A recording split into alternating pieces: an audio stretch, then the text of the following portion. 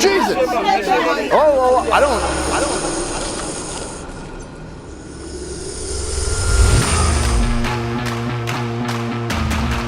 Bushmeat. It's one of the most controversial topics in food, period. Bushmeat is the meat of wild African animals, hunted or more commonly trapped in local forests for the purpose of human consumption. This industry is believed to be responsible for dwindling animal populations and potential viral outbreaks. Have you guys ever gotten sick from some meat? Today, I'm going to a Nigerian bushmeat market just a few hours outside of Lagos City. What kind of bushmeat animals do you have here? Gravity. I want to know how it works. Have you ever had snake? No. And why, amidst all potential repercussions, it still goes on today. My intention is not to judge or condemn, but to understand. Are there any animals that are restricted by the government? To walk and eat among the local people and learn about Africa's most infamous food industry. This is bushmeat in Nigeria.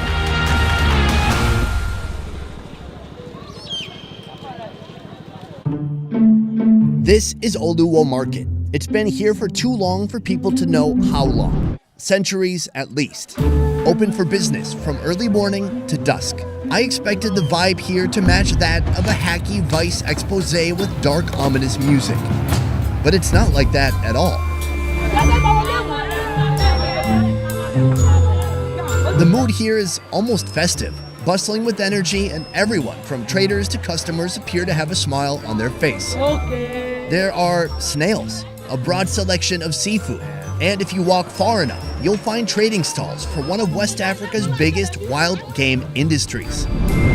But before that, a quick starter course with Miss World Africa, Nyakachi. First of all, Nikashi, this market has everything. Literally everything. Like, What are the actual names of these? Maggots, yes, maggots. oh, that's super appetizing. So I see you have two different kinds of maggots here. What kind of tree do these come from? Oh, okay, so these are the same thing like I would find in Southeast Asia. I've had this in Vietnam before. How you doing, man? Although these seem to be a little bit bigger. These are like roided up. These hit the weight room. The worms are dressed up with salt, pepper, onion, and crawfish seasoning, boiled, then roasted. Okay, I'm gonna give it a smell first, a little sniff test. I like it. Yeah, this is. Oh, I got this a little is too good. close there. Oh, sorry. I thought it was cocaine. Cheers.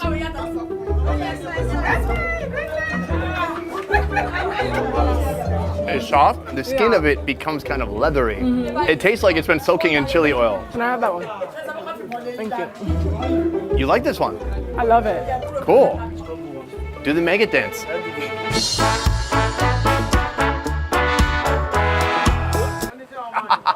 Oh my gosh. These are the biggest I've ever seen. You don't eat the head. Let's just go for it.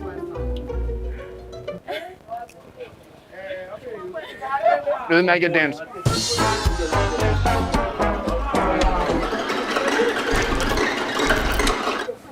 It's so full of stuff. Oh God. You know what? It has a nice aftertaste. It's, oh, you don't, do you need to spit it out? Do you need a water? Do you need some champagne? Yeah, I need water. It's like so leathery and hard to chew through. I definitely like the softer one. Now, what kind of person is eating these hard ones? Not bad. Look at that smile. Priceless.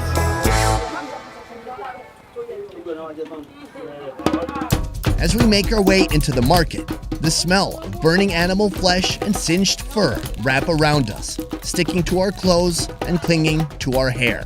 What's startling to an outsider like me, and what's just another humdrum day of mundane chores for folks here, starts to slowly come into focus. Vendors, merchants, cooks, preparing the daily fresh catch. Grass cutter, snake, monitor lizard. From the look of it, they've got everything here. Here we are. Yeah. First of all, is this tea? Yes, team. Oh, I love this kind of tea. Yes, Yeah, thank it smells similar to beer. Meet Sunday, a stall owner, providing goods to his customers for over 25 years. He's kindly offering to give me a better glimpse of this world.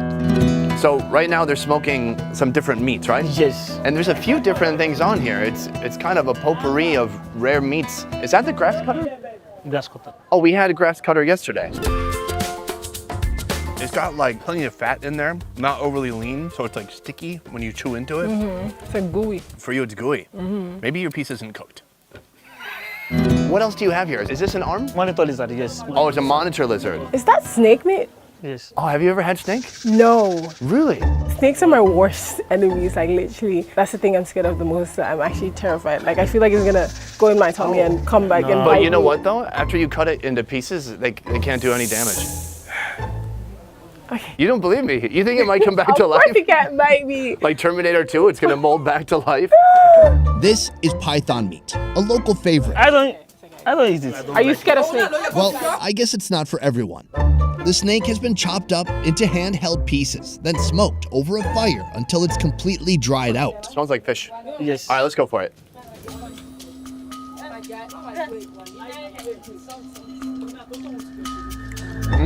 Smoky and a little fishy. Very tough. That's pretty out there, I man. actually like it. You like it? Can I try the skin? Yeah. It's very chewy. Don't take a huge bite. I like snake. See? I've had snake many times. My first time in Nigeria, though. Oh, okay. Oh, is that part of Okay, concubine. What is it? Okay, concubine. Oh. What constitutes exotic meat around the world isn't exactly clear. Most would say anything outside commonly farm-raised chicken, pork, mutton, or beef. But here, they also farm-raised critters you'd never find on a New York dinner menu. So what about wild game? Is that what makes something exotic? Some prefer to eating this one than the grass cutter. Which one do you think tastes better? I would prefer the grass cutter. What is the most expensive bush meat that gets sold here? That antelope is very antelope, yes.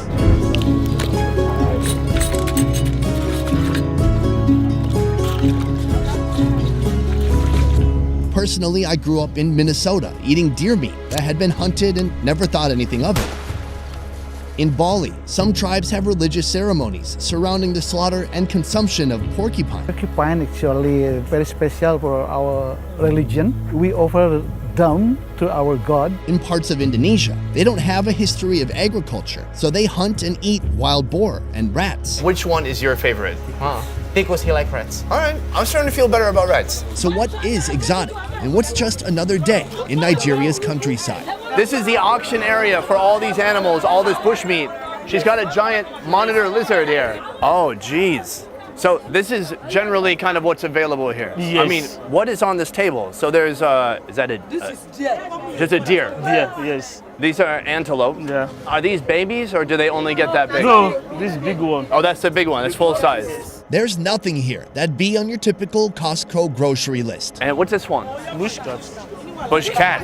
Yes. For the price of about 5 cups of Starbucks coffee, you can pick up something like this. And then there's this one, Bush dog, yeah. a bush dog. Dog, yes. So this is some kind of a wild dog. Yes. This one is in a bush. Can't come outside. Okay, so it's not a pet.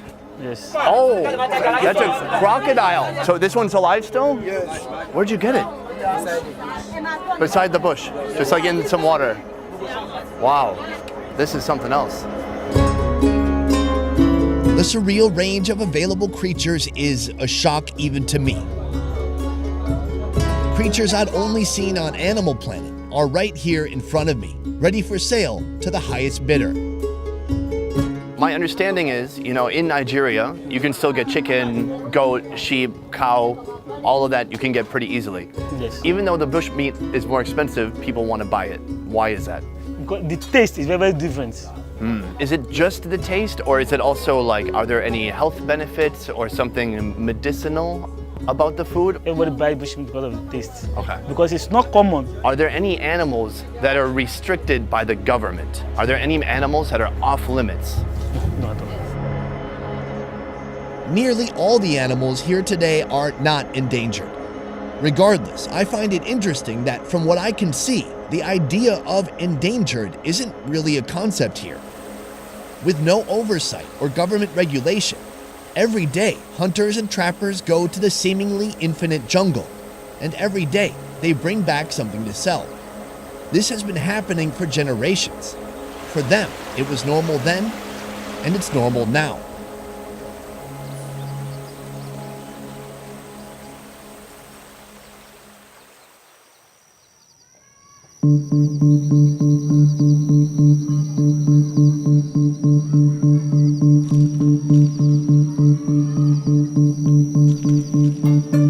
We've been invited to dinner by a local, and I'm not one to refuse such a request. This is Alpha.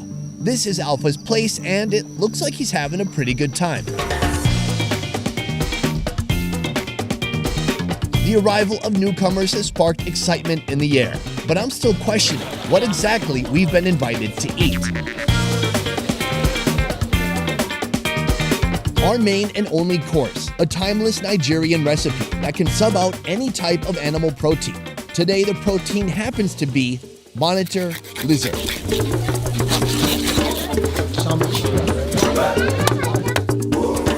The meat is put in a well-known local mixture of palm oil, onion, a blend of chili peppers, tomato, and onion.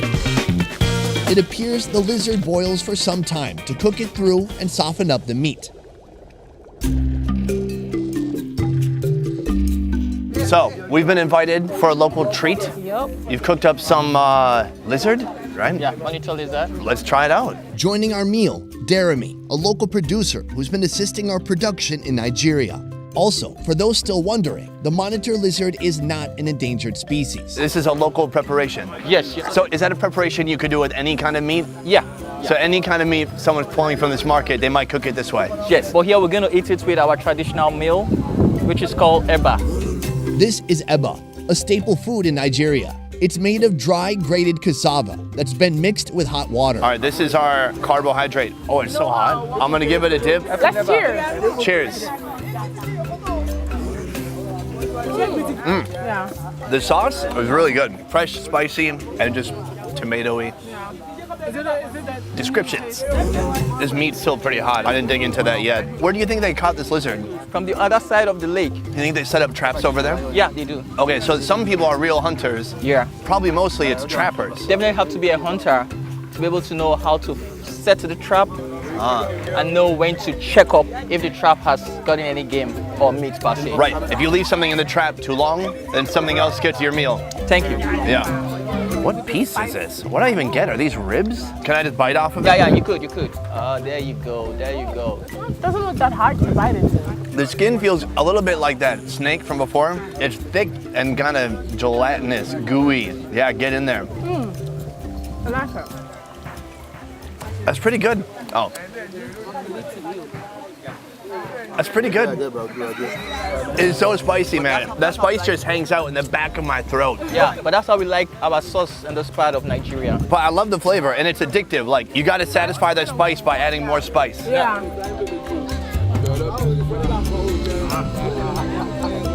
Some of these animals, deep in the forest, they might have diseases. I know it's probably not the most fun topic while we're eating one of them. Is that something people worry about here? Or they feel like they've been fine, they've been healthy, no problem? It's well known now, more than ever, that viral outbreaks can originate from bushmeat species, especially bats, pangolins, and several primates. Regardless of if the animals, if the bushmeat, the game has an illness or not, and we believe that the enzymes, the germs, the virus will not be able to stand the heat level or the temperature level at which we cook them. Some of the spices we use in Africa are medicinal. So we believe that some of those spices cure the sickness. The problem with bushmeat is outbreaks don't happen most of the time. They don't even happen some of the time, which can lull folks into a false sense of security. An interspecies leap by a virus is incredibly rare, but when it happens, the results can be catastrophic.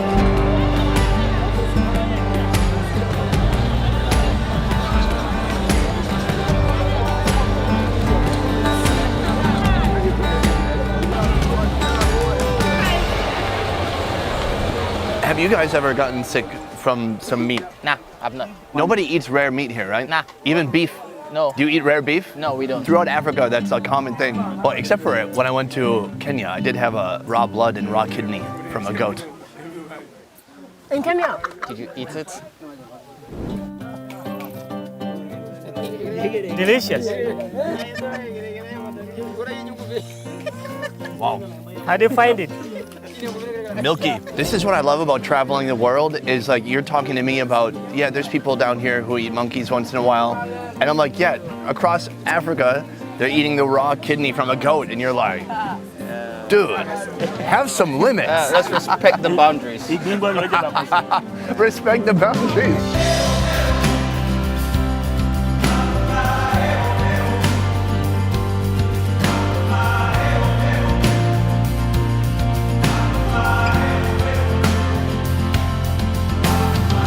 I don't want to persuade you that what happens here is good or bad. I just want you to understand why. Here and in many parts of Africa, it's been like this since anyone can remember. Like it or not, the bushmeat industry is going to continue until its financial incentives are taken away and until education of its potential repercussions becomes widespread.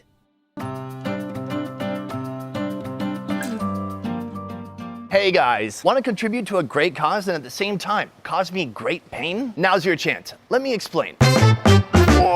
On May 16th, I will be taking on a one-man, all-day Coronathon. For every $1 donated to our GoFundMe, I will row 5 meters or 16 feet. Best Ever Food Review Show is throwing in the first $5,000, but our goal is to raise $20,000. $20,000 means me rowing 100 kilometers. That's 62 miles. That's like rowing 2 marathons, then rowing another 10 miles for no reason. That's like rowing from Earth to outer space, a distance that'll likely take 10 to 12 hours to complete. If we raise more money, I'll keep on rowing. It's gonna suck, but it's for a good cause. 100% of the money raised will go to 4 local Vietnamese charities who are helping folks affected by the COVID-19 outbreak. So give some money, watch me suffer, and feel good about yourself at the same time. Donate now at our GoFundMe link below.